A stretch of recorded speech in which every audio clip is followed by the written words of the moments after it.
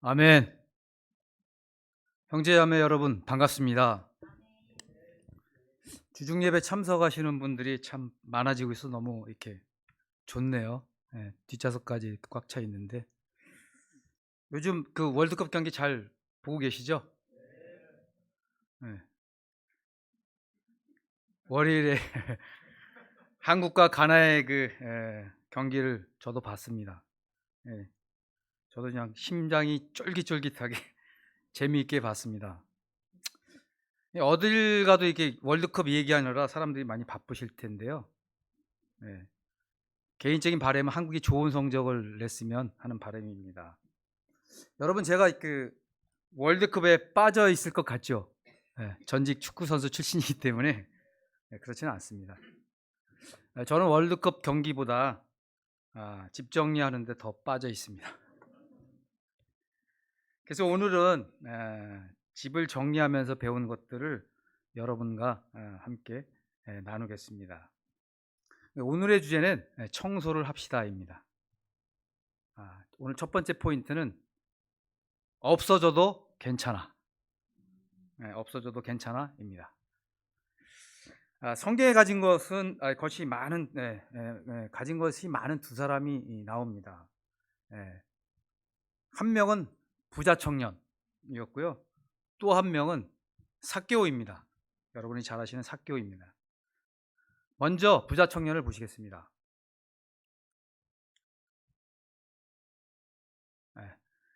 마가복음 10장 17절에서 21절을 제가 읽어보겠습니다. 예수께서 길을 떠나시는데 한 사람이 달려와서 그 앞에 무릎을 꿇고 그에게 물었다. 선하신 선생님, 내가 영원한 생명을 얻으려면 무엇을 해야 합니까? 예수께서 그에게 말씀하셨다. 어찌하여 너는 나를 선하다고 하느냐? 하나님 한 분밖에는 선한 분이 없다. 너는 계명을 알고 있을 것이다. 살인하지 말아라. 간음하지 말아라. 도둑질하지 말아라. 거짓으로 증언하지 말아라. 속여서 빼앗지 말아라. 내 부모를 공경하여라. 하지 않았느냐? 그가 예수께 말하였다. 선생님, 나는 이 모든 것을 어려서부터 다 지켰습니다. 예수께서 그를 눈여겨보시고 사랑스럽게 여기셨다. 그리고 그에게 말씀하셨다. 너에게는 한 가지 부족한 것이 있다. 가서 내가 가진 것을 다 팔아서 가난한 사람들에게 주어라. 그리하면 내가 하늘에서 보화를 차지하게 될 것이다. 그리고 와서 나를 따라라.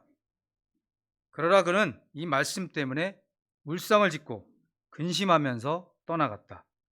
그에게는 재산이 많았기 때문이다. 아멘. 부자 청년은 젊은 나이에 재산도 많고 지도자이며 관리자였습니다. 세상적으로 많은 걸 가졌고 어려서부터 계명을 열심히 지킬 정도로 하나님을 사랑하였습니다. 자신에 대한 자부심도 대단했을 겁니다. 살인도 하지 않았고 간음도 하지 않았고 도둑질도 하지 않았고 거짓 증언도 하지 않았습니다. 속이거나 빼앗지 않았으며 부모도 공경하였다고 합니다. 자신이 가지고 있는 부와 명성은 남들이 보아도 또 자신이 보아도 불법이 없는 정당한 방법으로만 얻은 것으로 보입니다. 여러분, 대단하지 않습니까? 지금 가진 것이 많은 분들이 자신의 것을 지키거나 늘리기 위해 불법적인 일을 하다 감옥에 가는 일들을 쉽게 볼 수 있습니다. 그만큼 가지고 있는 것을 지킨다는 것은 무척 어려운 일입니다. 부자 청년은 그 많은 걸 가졌지만 만족하지 못했습니다. 그래서 예수님께 영원한 생명을 얻으려면 무엇을 해야 하는지 물어본 것입니다. 다 가졌는데 왜 그런 질문을 했을까요? 예수님께 인정받고 싶었던 걸까요? 아니면 더 많은 걸 갖고 싶은 욕심이었을까요? 그것도 아니라면 놓치는 것이 있을까? 라는 불안함 때문일까요? 부자 청년은 자신이 무엇을 가지고 있는지 잘 알았을 것입니다. 가진 것 중에 무엇이 가장 비싸고 귀한 것인지도 잘 알았을 것입니다. 가지고 있는 것과 쓸모없는 것을 잘 구분하여 적재적소에 잘 적용했을 것입니다. 얼마 전부터 저희 집을 정리하고 있었습니다. 좁은 집에 물건과 짐이 뭐 그리 많은지 12년을 한 집에 살다 보니까 짐이 계속 늘어나고 한 달 이상 정리를 해도 끝이 없었습니다. 일주일에 한 번 재활용 쓰레기를 버리는 날인데 매주 어마어마한 짐을 버리는 것 같았습니다. 한 번은 경비 아저씨가 무슨 쓰레기가 그리 많아 하고 얘기하더라고요. 집 정리를 하면서 많은 걸 생각하게 됐습니다. 먼저 정리를 잘 하려면 계획을 잘 세워야 합니다. 첫 번째, 집에 무엇이 있는지 알아야 합니다. 두 번째는 집에 둘 것과 버릴 것을 구분하여 먼저 버립니다. 세 번째는 집에 둘 것 중에 귀한 것과 자주 사용하는 것은 쓰기 좋은 곳에 두고 어쩌다 쓰는 것은 깊은 곳에 보관합니다. 그렇게 잘 계획을 세우고 정리해도 실수로 버리는 일이 나옵니다.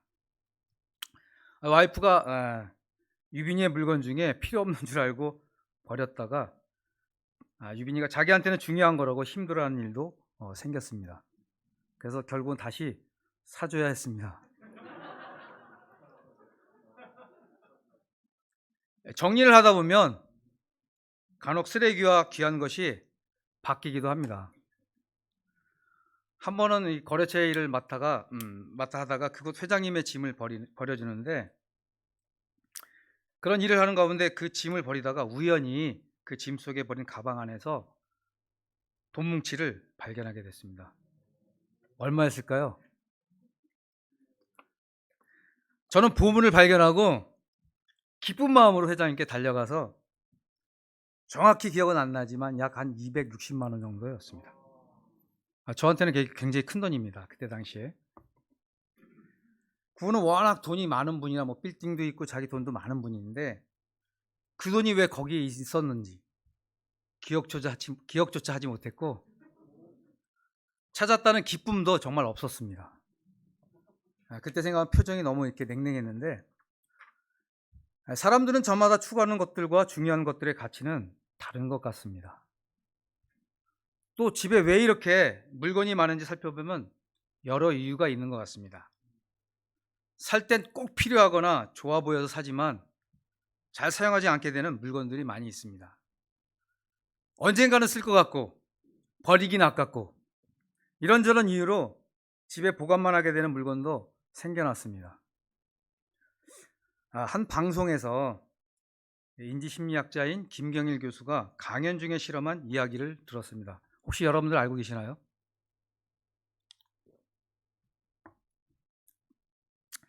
강연 시작 전에 방청객을 두 부류로 이렇게 나눠서 한 부류에게는 머그컵을, 한 부류에게는 이렇게 초콜릿을 나눠줬다고 합니다.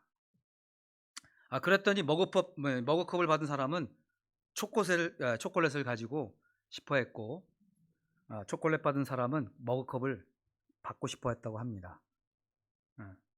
약 90%가 교환을 원했습니다. 가진 것을 교환하기를 90%가 원했습니다. 그래서 1시간 뒤에 서로 바꿀 수 있는 기회를 주었다고 합니다. 그런데 1시간 뒤에 약 20% 이하만 교환을 희망했습니다. 아까는 90%였는데 갑자기 20%만 바꾸기를 희망했다고 합니다. 심리학에서는, 저는 심리학을 잘 모르지만 심리학에서는 이 소유 효과 또는 보유 효과라고 합니다. 처음엔 남의 것이 더 좋아 보이지만 1시간 동안 내가 소유하고 있었던 새로운 걸 얻는 기쁨보다 자신이 소유하고 있었기 때문에 새로운 걸 얻는 기쁨보다는 가지고 있는 것을 잃어버리는 심리가 적용했던 것입니다. 그런 심리가 있기에 집안의 물건도 쉽게 버리지 못하는 걸 아닐까요?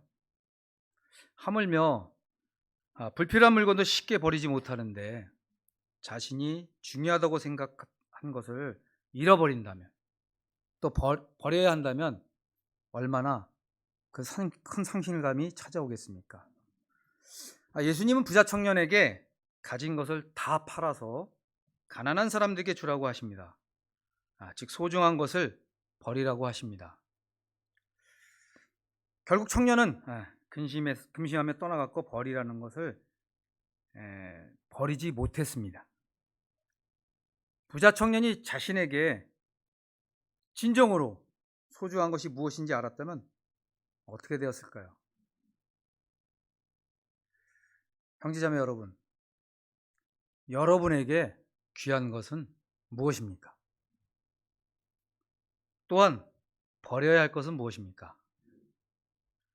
혹시 버려야 할 것 때문에 힘들어하고 있습니까? 아니면 버리고 나서 얻을 것을 생각하며 기뻐하고 계십니까? 먼저 내가 가진 것, 잘하는 것과 못하는 것, 내 시간, 내 생각과 가치관, 내 신념 등 내게 있는 모든 것을 꺼내놓고 객관적으로 그것들을 바라보십시오.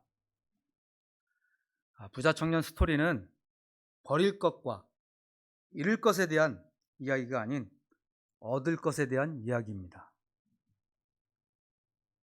예수님은 잃을 것에 대한 불안함은 우리를 올바른 판단을 하지 못하게 만듭니다. 예수님은 분명 하늘에서 보화를 차지할 것이다 라고 말씀하십니다. 하늘의 보화를 얻기 위해 버릴 것을 가감히 버리자는 이야기입니다. 사실 집 정리를 할 때 안 쓰면서 아까워 못 버리는 물건만 생각해 보면 그거 없이도 살 수 없다는 점입니다. 어차피 그동안 어디 있었는지 몰라서 사용도 안 했는데 버리면 큰일 날 것 같지만 별일 안 생깁니다. 오늘 두 번째 포인트는 비우면 채울 수 있다입니다. 이번에는 삭개오를 제가 살펴보겠습니다. 성경 누가복음 19장 1절에서 10절 제가 읽어드리겠습니다.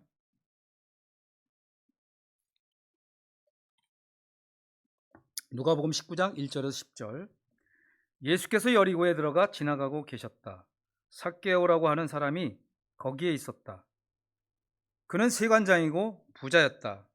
삭개오는 예수가 어떤 사람인지를 보려고 애썼으나 무리에게 가려서 예수를 볼 수 없었다. 그가 키가 작기 때문이었다. 그래서 그는 예수를 보려고 앞서 달려가서 뽕나무에 올라갔다. 예수께서 거기를 지나가실 것이기 때문이었다. 예수께서 그곳에 이르러서 쳐다보시고 그에게 말씀하셨다. 삭개오야, 어서 내려오너라. 오늘은 내가 네 집에서 묵어야 하겠다. 그러자 삭개오는 얼른 내려와서 기뻐하면서 예수를 모셔드렸다. 그런데 사람들이 이것을 보고서 모두 수군거리며 말하였다. 그가 죄인의 집에 묵으려고 들어갔다. 삭개오가 일어서서 주님께 말하였다. 주님, 보십시오. 내 소유의 절반을 가난한 사람들에게 주겠습니다.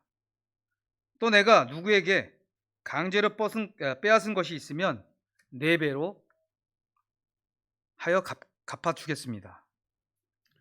예수께서 그에게 말씀하셨다. 오늘 구원이 이 집에 이르렀다. 이 사람도 아브라함의 자손이다. 인자는 잃을 것을 찾아 구원하러 왔다. 아멘. 삭개오는 높은 지위인 세관장이었고 부자였다고 합니다. 여러분 너무나 잘 아시겠지만 예수님을 한 번도 보지 못했지만 동네를 지나간다는 소문을 듣고 그 당시 유명 인사였던 예수님을 구경하고 싶었을 것입니다. 사람들은 세리 중에서도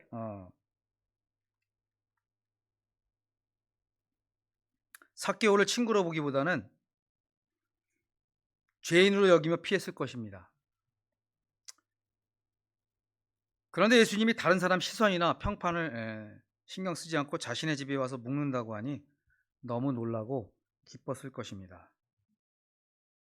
가진 것이 많고 학식이 높고 사회적 지위가 있다고 어깨에 힘이 들어갈 필요가 없습니다. 반대로 너무 가진 것이 없고 많이 배우지 못하였고 무시받는 것 같아도 위축되고 힘이 빠질 이유도 없습니다. 이렇듯 하나님은 내가 어떤 사람인지, 내가 무엇을 가졌던지, 어떤 위치에 있던지 전혀 개의치 않습니다. 예수님이 나에게 찾아오셨을 때 맞아들이기 위해 나의 모든 걸 비울 수 있는지가 더 중요합니다. 삭개오는 예수님을 집에 들이자마자 모두가 놀랄 만한 폭탄 선언을 합니다. 자신의 소유의 절반을 가난한 사람들에게 주고 강제로 빼앗은 것을 4배로 갚겠다는 것이었습니다. 단순히 삭개오가 기분 팔아 오늘 내가 쏜다 라는 마음은 아니었을까요? 삭개오는 세마는데 뛰어난 재능이 있었을 겁니다. 어딘가 투자할 때도 신중히 가능성을 보고 수익을 낼 수 있는 곳에만 투자했을 것입니다. 자신의 자산이 얼마나 있는지 잘 알았을 것이고 강제로 뺏은 것이 얼마나 되는지도 잘 알았을 것입니다. 그렇다면 누가 시키지도 않고 협박하지도 않았는데 굳이 자신의 재산의 절반을 뚝 떼어 가난한 사람들에게 주고 뺏은 것을 4배로 갚겠다고 하는지 도무지 이해하기 어렵지 않나요? 예수님조차 삭개오에게 재산을 나눠주라고 부자 청년에게 하듯이 재산을 나눠주라고 요구하지도 않았습니다. 삭개오는 진정 버려야 할 것이 무엇인지 또 자신이 예수님이 채울 수 있음을 잘 알았던 것입니다. 자신을 비워야 예수님이 채울 수 있다는 것을 너무나 잘 알았던 것 같습니다.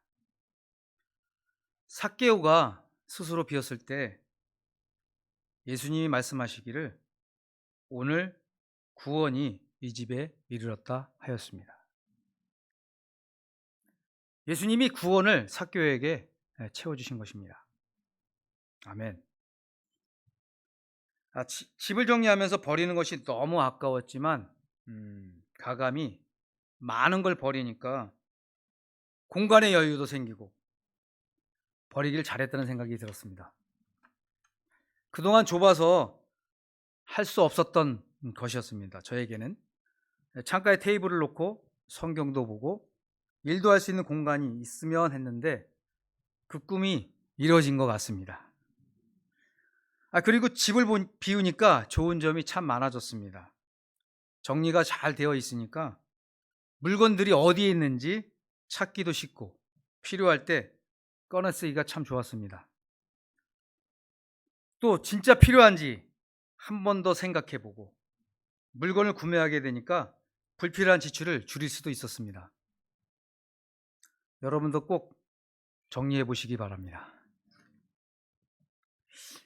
혹시 여러분은 요즘 버리지 못하는 생각들이 있나요? 저도 버리지 못하는 생각들이 참 많습니다. 그렇다면 혹시 10년 전 여러분이 생각들을 모두 기억할 수 있습니까? 저는 어떤 기억은 하지만 대부분의 것은 기억하지도 못합니다. 오늘 일도 다 기억을 못하거든요.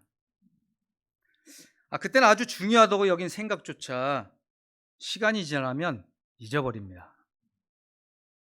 그 생각들을 잊었다고 지금 현재를 사는데 큰 문제가 되지도 않고 불이익을 당하지도 않습니다. 우리 모두는 자신이 옳다고 믿는 것들이 있습니다. 우리 자신이 옳다고 믿는 것들이 있습니다. 하지만 옳은 걸 위해 투쟁하며 싸운들 시간이 지나 보면 그때의 생각이 틀리기도 합니다. 그것이 확고한 생각과 확신이더라도 삭개오처럼 스스로 비워놓았을 때 예수님은 오늘 구원이 이 집에 이르렀다라고 이야기를 하십니다. 사실 한 집에 12년을 살면서 여러 번 집 정리를 해봤습니다. 그때마다 많은 걸 버렸고 정리도 많이 했습니다. 그런데 신기하게도 얼마 가지 않아 물건들은 또 많아지고 늘어나고 뒤죽박죽 섞여버려 집은 또 복잡해졌습니다. 정돈이 된 상태와 그 여유가 산뜻함이 그 개운함을 얼마 못 갔습니다. 왜 그럴까요? 다 같이 성경을 보시겠습니다. 누가복음 11장 24절에서 26절입니다. 제가 읽겠습니다. 악한 귀신이 어떤 사람에게 나온다고 하면 그 귀신은 쉴 곳을 찾느라고 물 없는 곳을 헤맨다. 그러나 그 귀신은 찾지 못하고 말하기를 내가 나온 집으로 되돌아가겠다 한다. 그런데 와서 보니 집은 말끔히 치워져 있고 잘 정돈되어 있었다. 그래서 그 귀신은 가서 자기보다 더 악한 딴 귀신 7을 데리고 와서 그 집에 들어가 자리를 잡고 산다. 그러면 그 사람의 나중 형편이 처음보다 더 비참하게 된다. 아멘. 내가 진짜 필요한 것과 필요 없는 것이 무엇일까요?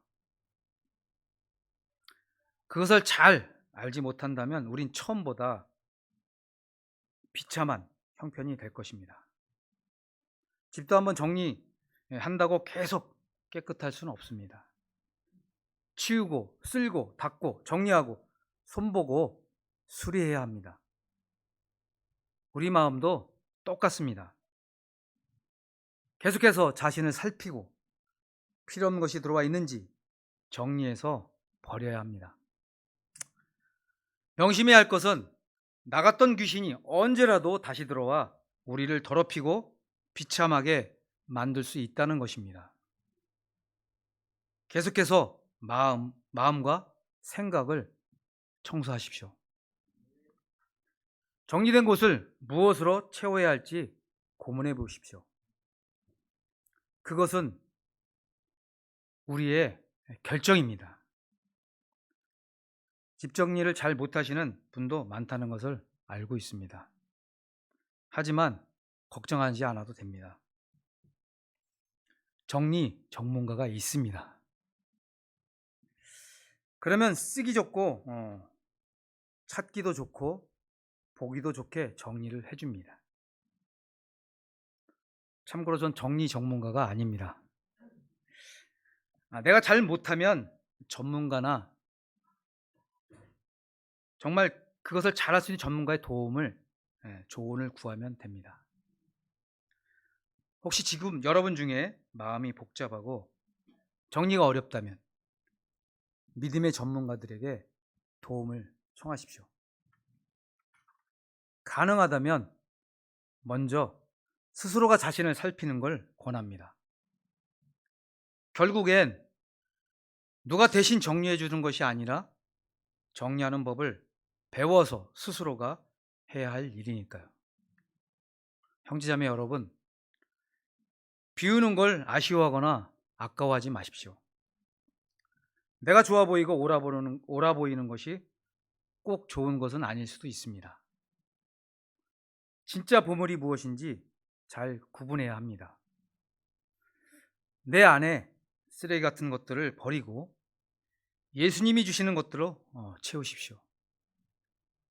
그것이 진정한 보아이고 구원입니다. 예수님이 주신 것이 아니라면 그저 쓰레기처럼 여기십시오. 예수님이 주시는 것이 아니라면 그저 쓰레기처럼 여기십시오. 우리 생이 다 할 때까지 멈추지 말고 계속 정리하십시오.